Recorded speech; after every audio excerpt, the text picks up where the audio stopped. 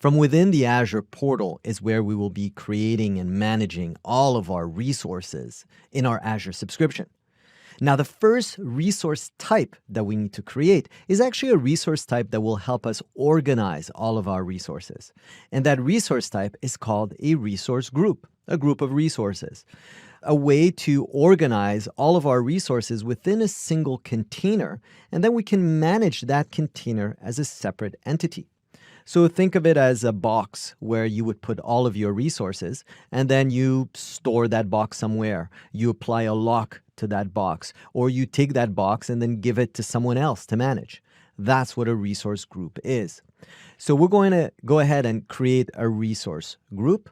I'm going to click Create. And as soon as I click Create, I have different options here, such as choosing the subscription where my resource group will be created. I'm going to create it in my NetLogon subscription. I'm going to have to give a name to that resource group. So I'm going to call it RG1. And you notice that there is a validation check here that ensures that the name that I'm selecting is actually allowed.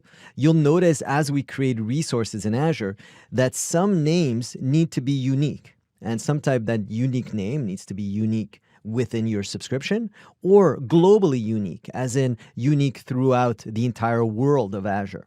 So in this case here, RG1 only needs to be unique inside of my subscription. There is no other resource group named RG1 in my subscription. Then I need to select a region. The region is where that resource group will be hosted. So it's sort of like selecting a physical location for that resource group. Now here I have options for various data centers that are available from Microsoft Azure. I'm going to select the default, which is East US. Then I can click on tags. Tags are actually ways to organize your resources in Azure. So if you know that this resource group will be used for managing your storage resources, or maybe your databases, or whatever specific type of information that is going to be relevant for you later on to search and manage those resource groups, you can create a tag. Tags are like labels that you can reuse across your various resources in Azure, and then you can search and organize things based on your tags. I'm not going to use a tag here because I don't have that many resources to manage. So I'm going to click Next, and it asks me to confirm that everything is okay and that I'm ready to create this resource. It actually validates my information to make sure that it meets all the guidelines. And then I'm going to click on Create. As soon as I click on Create, the resource group is being provisioned in my Azure subscription. And then when I click on Home, and now that I've created my resource group, I can go here and look for my resource group to make sure that it's been provisioned in my organization. And I see it here, RG1. This is my resource group, and it has its own set of properties. It's been deployed in the East US region, and I can go ahead and manage various aspects of this resource group. And all of these various properties are common properties that are across all resources in my Azure subscription. And throughout this course, we will be creating a number of resources in the Azure subscription. And again, they will all have these types of various object settings and management options.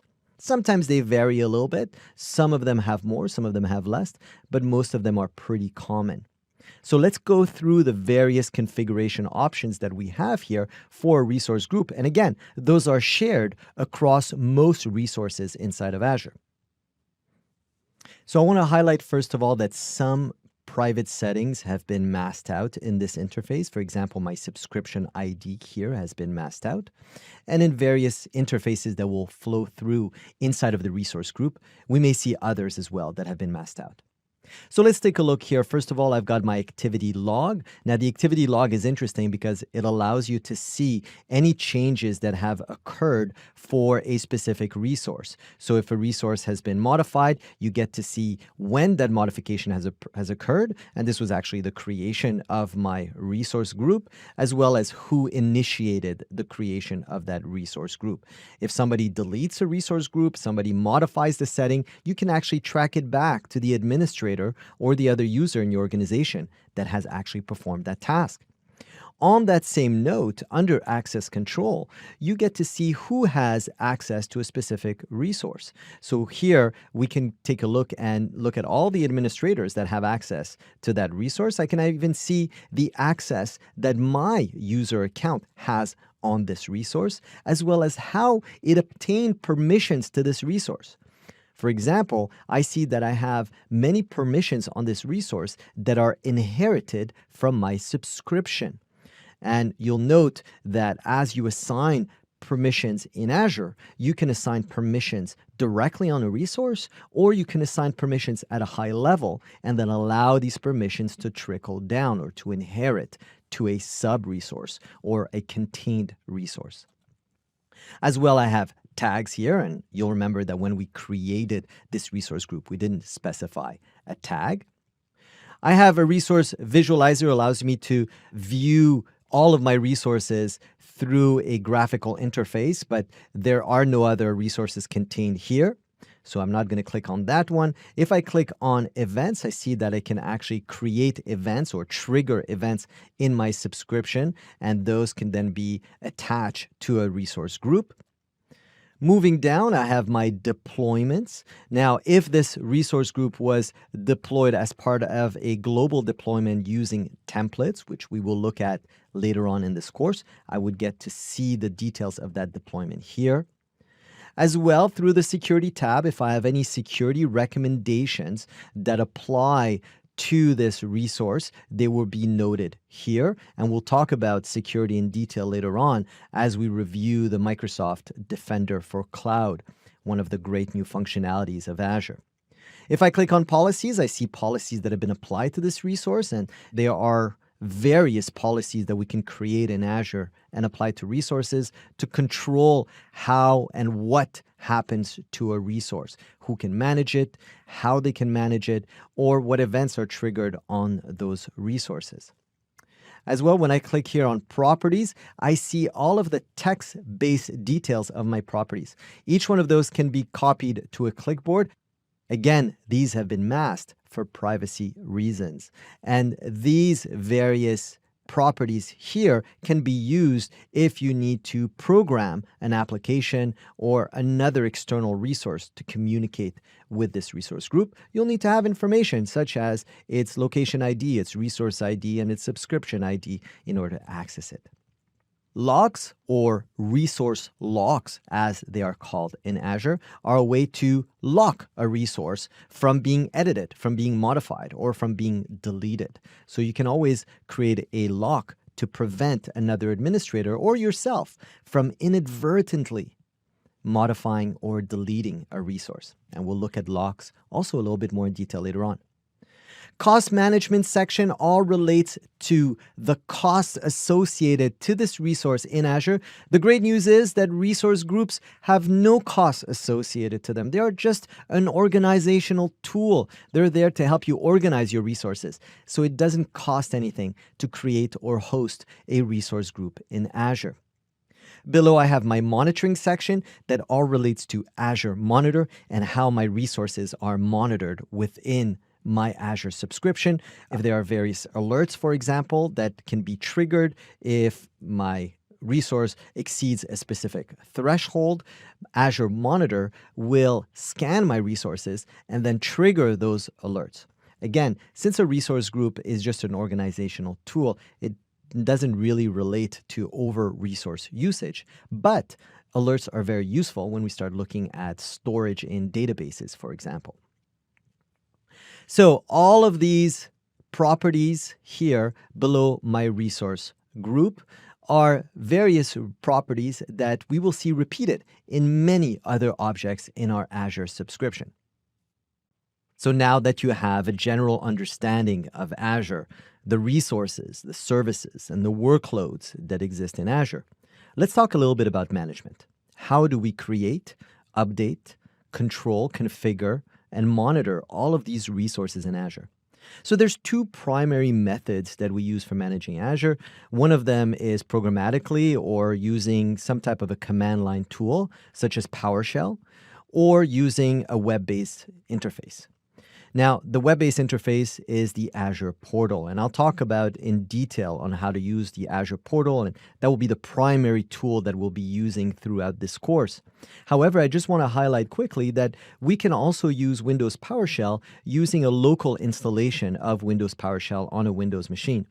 So here I have Windows PowerShell that's installed on my computer, and I then need to add the various Azure modules into my Windows PowerShell installation so that I can connect to my Azure resources using Windows PowerShell. In another video in this course, we will use Windows PowerShell, and we will connect to our resources using Windows PowerShell. But for now, let's go into the Azure Portal. So to access the Azure Portal, I'm going to type portal.azure.com. Once I'm in the Azure Portal sign-in interface, I need to enter in a user account that has access to the Azure subscription, so to the Azure environment. That user account is an account that must be a Microsoft account or a trusted account into Azure. So I actually have an account that's stored in Azure Active Directory, and I'll talk a little bit more about the Azure Active Directory workload a little bit later on. But for now, I'm going to enter in this user account. I'm prompted to define whether this user account is a personal user account or a work or school user account. Really, that defines whether or not it's just a Passport or a Hotmail account, an account that resides directly in the general Microsoft realm, or is it an account that resides in an Azure Active Directory tenant? So if you select work or school, we're talking about a user account that resides in an Azure Active Directory tenant. So I'm going to click on that, and now I'm going to type in my password. Now you'll notice that the sign-in interface kind of changed in the background, and that's because I have a custom sign-in interface for my organization. It's something we can customize at any point throughout our Azure Active Directory configurations. I'm going to click on Sign In, and I'm entered into the general interface of my Azure Active Directory account. As soon as I'm in my Azure Active Directory account, from here, I can create, update, manage, monitor, delete, do anything to all of the various resources. And I'll be doing that throughout this course. I'll be using the Azure Portal very much in detail throughout the course. But for now, briefly in highlighting the various management tools, I want to click on this button here, shows me my directories. So this here actually shows me the various directories that I have access to. These are Azure Active Directory tenants or other Azure subscriptions that I have permissions to manage. And the button right next to it is the Cloud Shell. Now, the Cloud Shell is actually the interface that I can use programmatically to manage my Azure subscription. When clicking on the Cloud Shell, I have actually two options. I have Bash or PowerShell.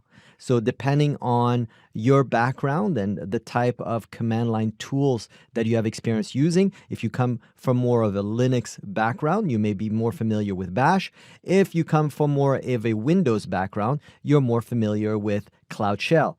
Cloud Shell is really PowerShell using a cloud interface. So again, to summarize, the various tools that we're going to use to manage our Azure subscription will be a local installation of PowerShell, if we wish to use Windows PowerShell on a Windows machine, the Azure Portal, the web-based interface, or from within the Azure Portal, we can click on the link to access the Cloud Shell, and then from the Cloud Shell, we have two options, PowerShell or Bash, in order to manage all of our resources inside of our Azure subscription.